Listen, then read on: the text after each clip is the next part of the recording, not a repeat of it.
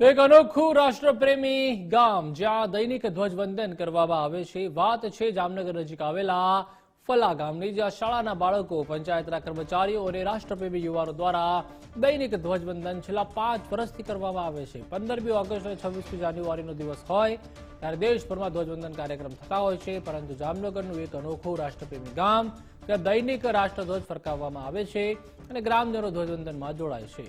ફલા ગામની વસ્તી આશરે 6000ની છે, જે દેશભક્તિ માટે ઓળખાય છે। અહીં ગામમાં ગ્રામ પંચાયતના મેદાનમાં દૈનિક રાષ્ટ્રધ્વજ ફરકાવવામાં આવે છે। ગ્રામજનો, પંચાયતના કર્મચારીઓ, રાષ્ટ્રપ્રેમી યુવાનો અને શાળાના બાળકો દ્વારા દૈનિક ધ્વજવંદન કરવામાં આવે છે। 2020ના ડિસેમ્બર માસથી અહીં દૈનિક ધ્વજવંદન કરવામાં આવે છે।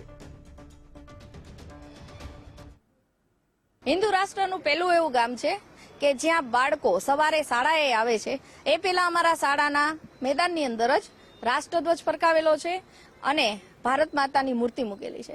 બાળકો શાળાએ આવે એ પહેલા ભારત માતાને વંદન કરે છે।